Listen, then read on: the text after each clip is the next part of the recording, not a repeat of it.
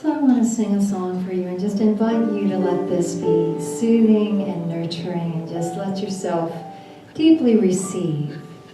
We're going to let this be sort of the prelude into a meditative time.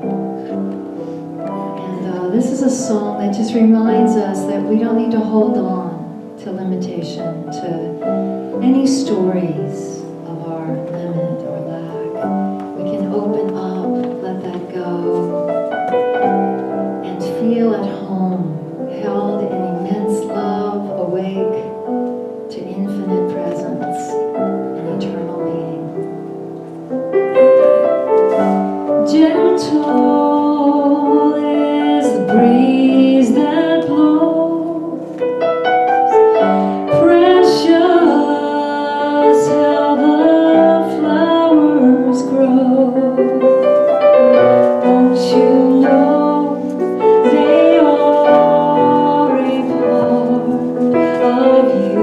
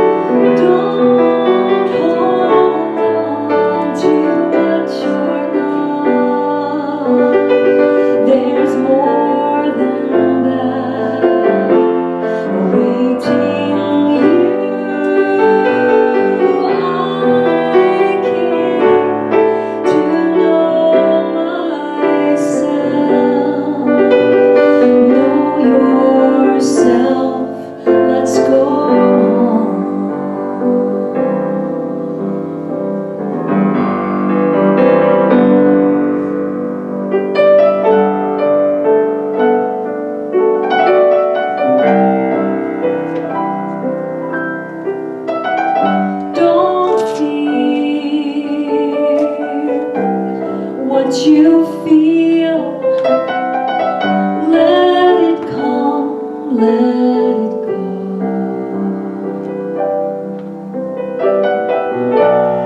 You will find the place that's soft and embrace for all time. There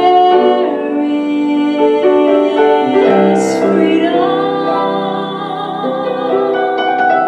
Oh, it's meant for you.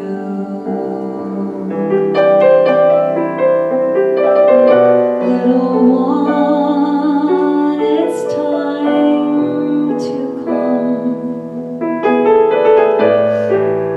I'm waiting for you. Don't hold on to what you're not. There's more than that waiting you. I came to know myself, know yourself. Let's go on.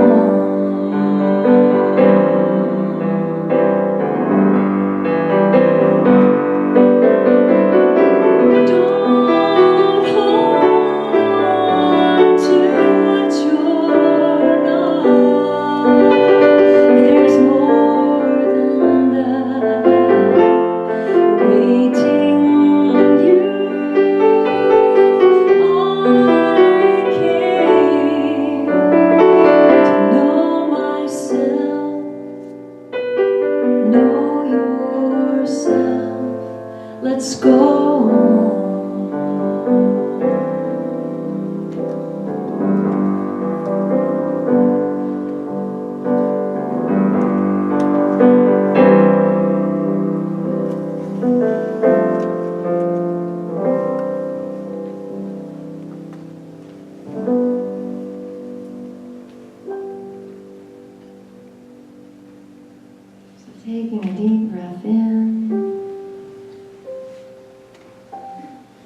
And as you exhale, letting go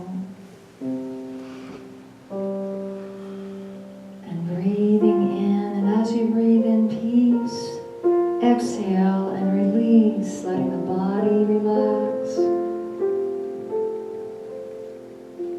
Just letting go of all stress, breathing in peace, exhaling. As you release, relaxing the shoulders, relaxing the face, relaxing every part of the body.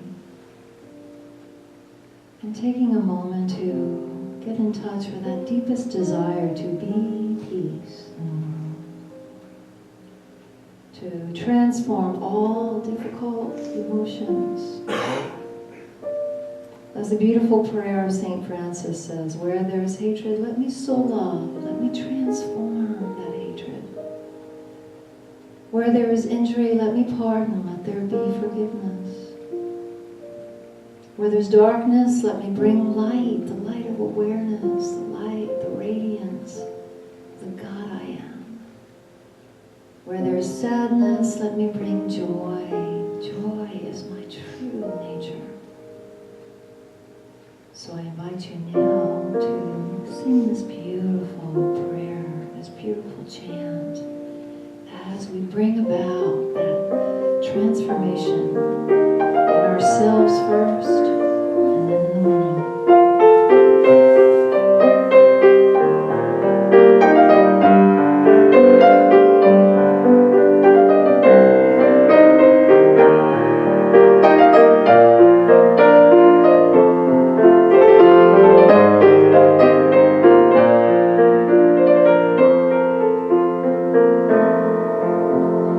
Where there is hatred, let me bring love.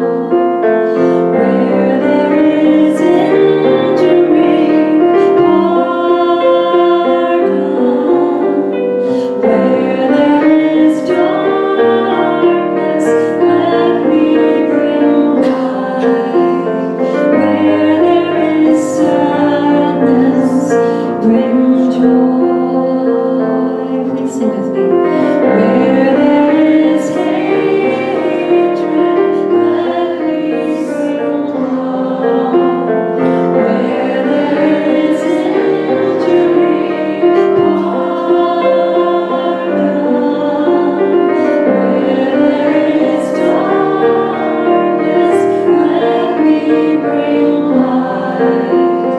Where there is sadness, bring joy.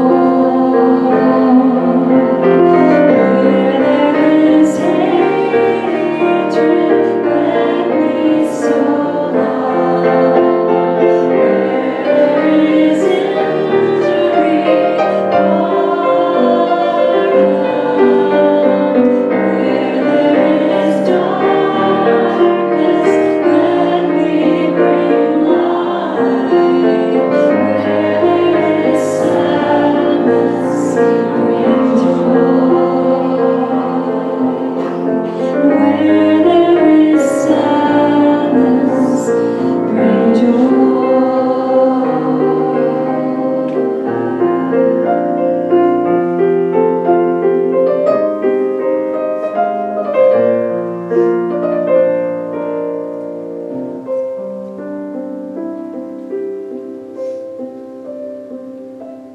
So taking a few more mindful breaths, just breathing normally, but being aware that breath is flowing in.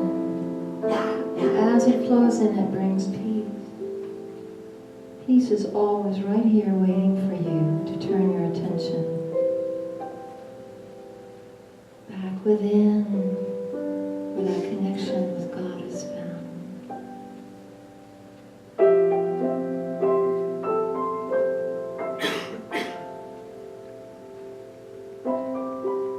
So I'm breathing in that peace into every cell, into any part of the body that needs a little more healing. Bring that peace in. And let go a little more with every breath out.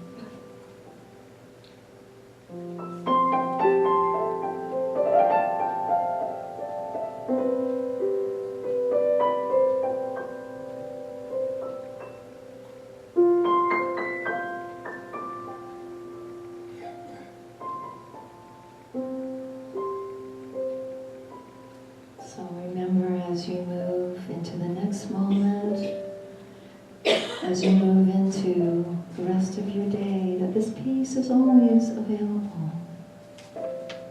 3 mindful breaths can bring us back home. Home to God, home to ourselves, home to peace. So now when you're ready, just take your time staying in this peaceful presence that you are. As you take your time now, when you're ready, you can slowly open your eyes now and prepare for the message. Oh, I'm so happy to be back with you here in Chico. I love the energy of this congregation. I've been coming to see you all for so many years, in various incarnations over the years, but it's always a delight and always just really warms my heart. So this morning I'm speaking on emotional alchemy, which is based on this wonderful book I found at the library for $2 by Tara Bennett Goldman. And it's just really a gem. Every now and then you just find something that's really got it's got a lot of helpful wisdom. And it's about, alchemy is defined as transforming the ordinary into the extraordinary. And in chemistry terms, it can be transforming lead into gold, transforming coal into diamonds. And as the wonderful Buddhist Vietnamese monk Thich Nhat Hanh puts it, in spiritual terms, it's like transforming compost into roses. So there's a little boy who lives down the street, and one day he noticed this big truck parked on the curb full of manure. And there was a man standing by the truck, and he walked up to the man and he said, "Excuse me, sir, what are you going to do with that big truck of manure?" And he smiled at the little boy and he said, "Well, I'm going to take it home and put it on my strawberries."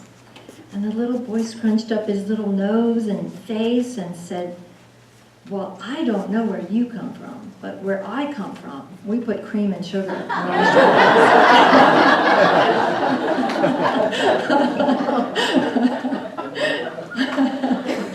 I had to tell a manure joke, but I'm talking about compost and transformation. And those of you who are gardeners, you know how it is in the spring. You get the compost out, right?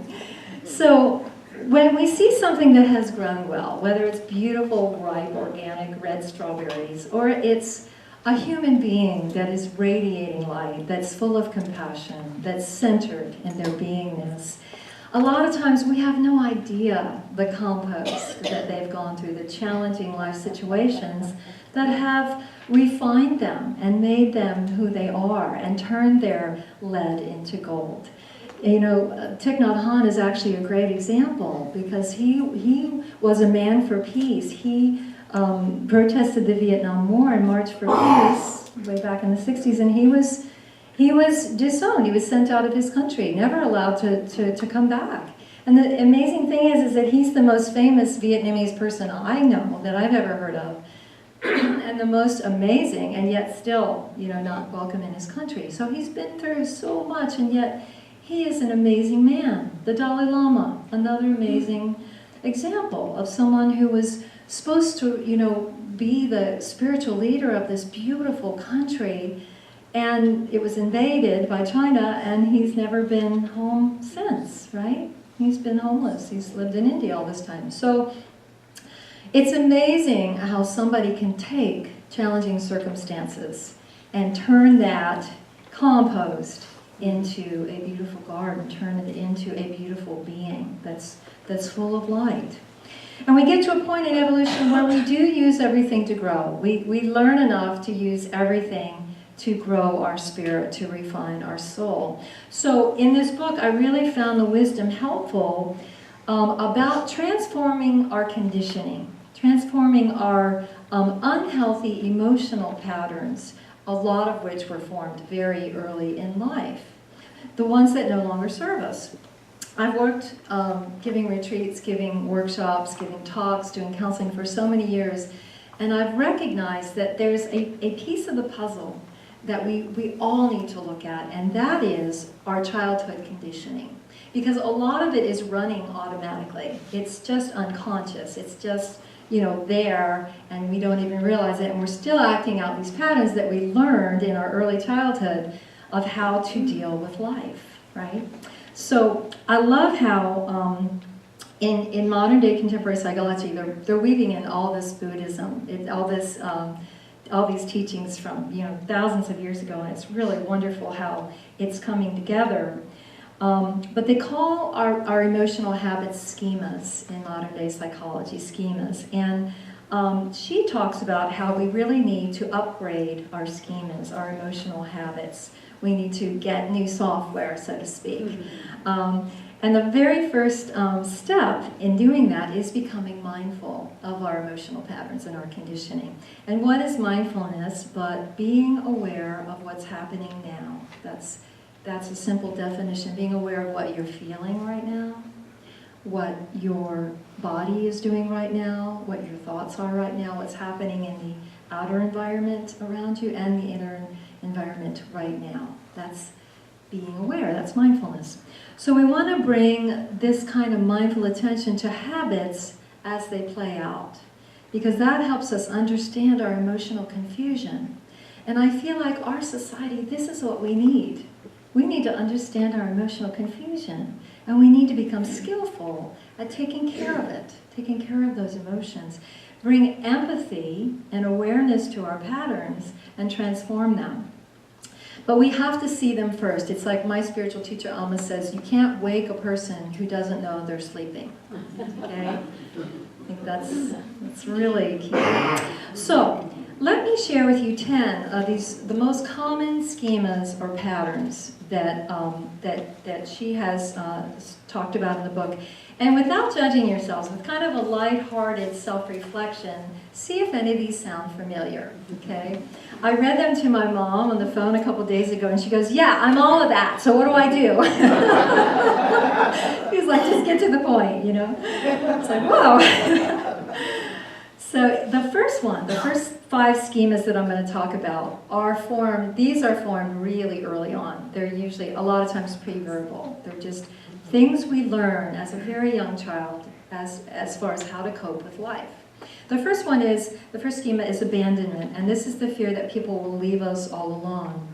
And anxiety is a common emotion with this schema. And it can be developed if you weren't held as a baby. I think in my early life I was working with this one because Mom, when I was born, didn't hold me for 3 days because she had such a rough birth. So orphans and people that didn't have a lot of mothering might have this schema. The second one is deprivation, and that's the belief that your needs won't be met, that you don't count, that you don't matter. And the predominant emotions here are sadness or hopelessness. And this schema, the key to healing this one, is learning to express your needs, becoming clear about what you need, and deciding you deserve to have your needs met, okay? You deserve to have your needs met, and also choosing emotionally available relationships. The thing about schemas is we develop coping mechanisms and coping strategies, and we develop some very interesting ones.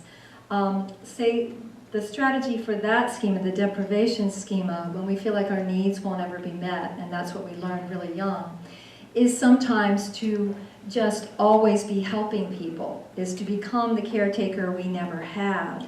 And, we keep our needs to ourselves, and we just seem to have it all together, and we don't need anything. I have a girlfriend who has this schema. And over the years, when we would hang out, she just always had it so together. And even when she went through a breakup, she was just like, oh yeah, she'd share her feelings a little bit, but it was like she had it together. And there was never a space for me to give to her, to really comfort her and be there for her in the deepest heart way as a friend. And just in the last 2 months, her dad is about to pass. And she is so vulnerable now, and she's so open. And it's created this space for me to just really love her and be there for her. And our friendship has deepened so much. So that's kind of an example of this deprivation schema where you just have to keep it all together, and that's your pattern. It's just taking care of everybody else. And the new behavior is learning to actually receive love. That Elizabeth Kubler-Ross statement I love is, at the end of life, what mattered was how much love you're able to give and receive.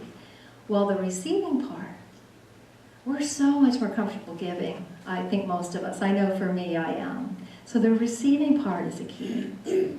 So the next schema is subjugation, where we learn that it's always your way and never mine. And this is often formed with controlling parents. And a child can't stand up for themselves and they become submissive. So with this, we get in touch with resentment and frustration, and we learn to have healthy boundaries. That's a whole nother talk. I'll give it next time I come. Because that's a good one. I want to write a book, Love and Boundaries, because if that was out, I would read it. So the fourth one is mistrust. People can't be trusted, and that's being suspicious of people. Usually stems from abuse or being mistreated. And the journey there is to learn to trust another and also deepen in self-care. The last of these 5 is unlovability. I'm not lovable. And, no matter what, you just feel like you're not lovable and you don't deserve love. And those key emotions are shame and humiliation that were somehow flawed. And so part of this is to really end the self-talk, the self-doubts and the self-talk, and also really develop self-love, which is something we'll work on. I have a beautiful exercise for that in the workshop. So those are the first 5 schemas. And the second 5 are more things we develop later in life. And they have to do more with community and more with our work, our career. And the first one of those is exclusion, feeling a sense of being excluded, like you just don't belong, and you can feel deep sadness and loneliness due to that. The second one is vulnerability, which is worrying too much. Where you're just always afraid something bad's going to happen. Did anybody feel that way last night with the trees swaying to and fro? Our neighbor, where I was staying last night, a giant tree limb did fall on his house. It barely touched his house, but anyway, I actually enjoyed that storm. I thought that was great. But vulnerability is just excessive fear, always feeling something bad's going to happen.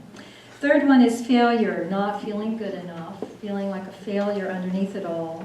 Janet Jackson told a story of how she got this $80 million recording contract, and things were going wonderfully in her life, and yet she still felt like an imposter, like a failure underneath all that success.